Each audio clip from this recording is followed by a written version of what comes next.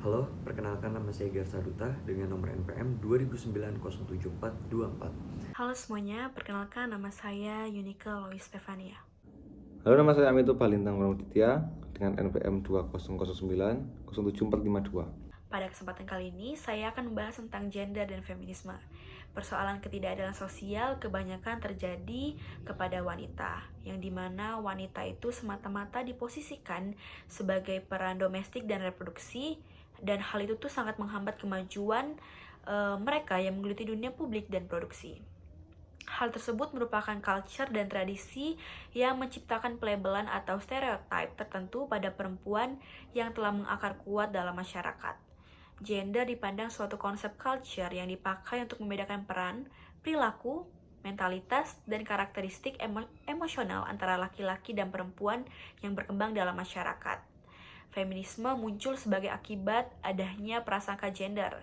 Feminisme sendiri adalah serangkaian gerakan sosial, gerakan politik, dan ideologi yang memiliki tujuan yang sama, yaitu untuk mencapai kesetaraan gender di lingkup politik, ekonomi, dan sosial. Pada kesempatan kali ini saya akan membahas mengenai jurnal yang saya dapatkan yang berjudul Tato Representatif Gender dalam Perspektif Feminisme. Diawali dari latar belakang, saat ini fenomena wanita bertato semakin banyak dapat kita lihat baik secara langsung maupun melalui media cetak maupun elektronik. Perkembangan jumlah wanita yang bertato juga seakan sangat pesat, khususnya di wilayah sekitar kita, atau bahkan mungkin ada saudara wanita atau teman dekat wanita kita yang juga bertato. Bagi sebagian besar masyarakat khususnya di Indonesia, tato mendapat stigma negatif dari masyarakat kita. Hal ini karena tato sendiri diidentikan dengan simbol kejahatan, premanisme, dan kenakalan remaja. Saat ini, tato tidak hanya ada pada kaum pria, namun juga wanita.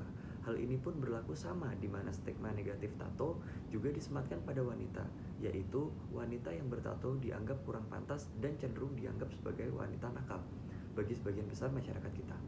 Hal ini tentunya hanya berlaku di sebagian masyarakat kita. Di luar sana masih banyak juga masyarakat yang melihat dan menilai bahwa tato hanyalah sebuah seni keindahan yang diaplikasikan pada tubuh tanpa adanya stigma negatif seperti yang sudah disinggung sebelumnya.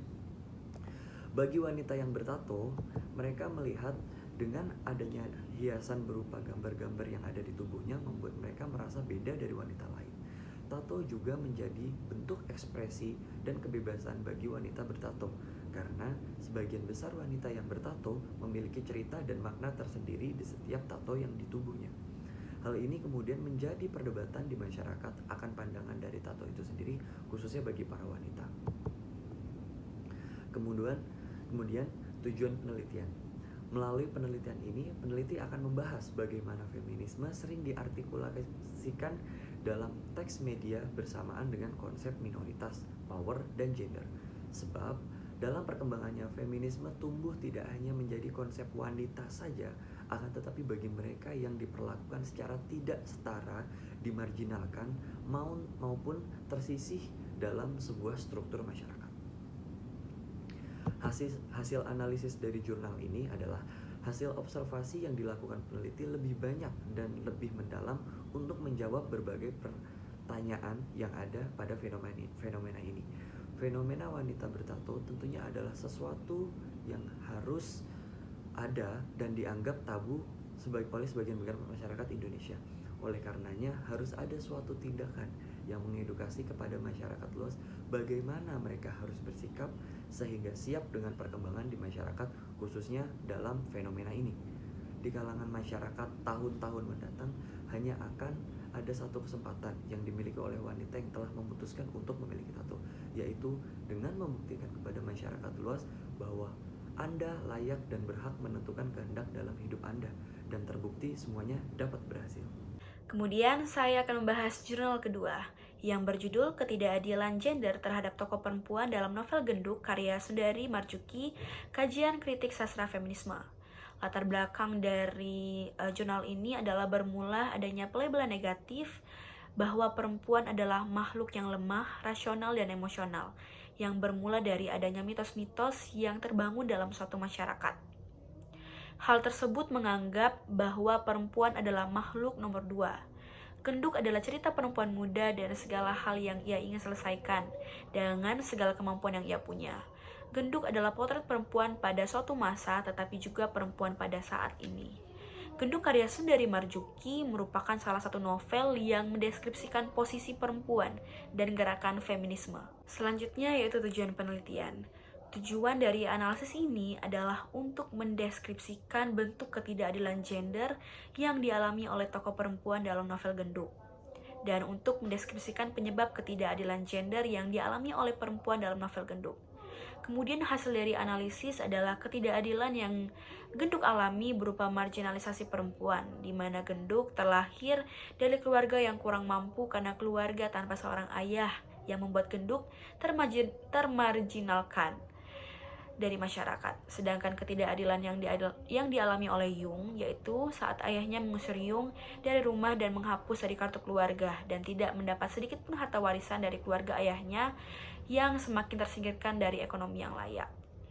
Jurnal ketiga dengan judul Refleksi Ketidakadilan Gender dalam Novel Perempuan Berkalung Sorban, Perspektif Gender dan Feminisme. Latar belakang ketidakadilan gender dalam novel Perempuan Berkalung Sorban tergambar jelas dalam tiap tahapan kejadian fisik serta batin, komunikasi verbal serta non-verbal antar pelaku, hubungan sebab akibat yang mewajibkan tokoh mengalami perubahan nasib, dan gerakan perubahan yang dicoba tokoh dalam mengubah nasib hidupnya.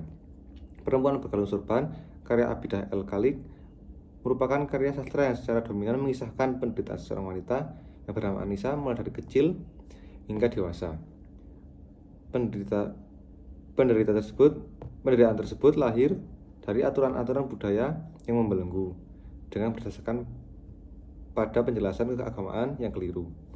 Penjelasan tersebut digunakan sebagai ketentuan Tuhan yang wajib dipatuhi secara bentuk sikap keagamaan seorang wanita. Ketidakadilan gender terletak dalam 3 lingkaran, yakni pertama, lingkaran kekuasaan dari garis patriarki yang mengatur wanita dari bermacam sisi. Yang kedua, lingkaran asumsi yang memandang wanita kaum yang lemah sehingga berbagi akses untuk mendapatkan kesetaraan tidak berfungsi.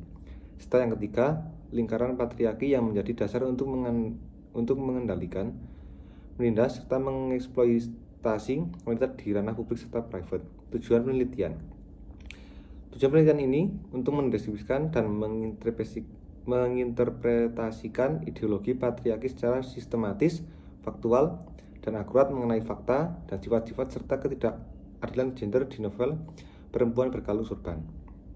Hasil analisis, konsep diri wanita ini tidak bersumber pada perbandingan jenis kelamin, tetapi pada hak wanita sebagai manusia. Upaya memanusiakan wanita dalam novel ini terjadi secara lembut serta tidak frontal. Wanita tidak dapat dengan dirinya sendiri menentang penjelasan budaya yang berlandaskan pada penjelasan agama yang keliru. Butuh perjuangan untuk menyamakan anggapan tentang keberadaan wanita dalam keluarga serta masyarakat. Pendidikanlah yang mengubah anggapan masyarakat tentang eksistensi wanita. Pilihan-pilihan yang diciptakan wanita akan menjadi alternatif untuk dirinya apabila dia sendiri yang menciptakan alternatif tersebut. Pemahaman budaya tentang wanita merupakan salah satu alternatif yang diciptakan masyarakat, dan wanita yang pintar harus menciptakan alternatif lain yang cocok dengan kemampuan dirinya. Sekian video singkat dari kelompok kami. Terima kasih.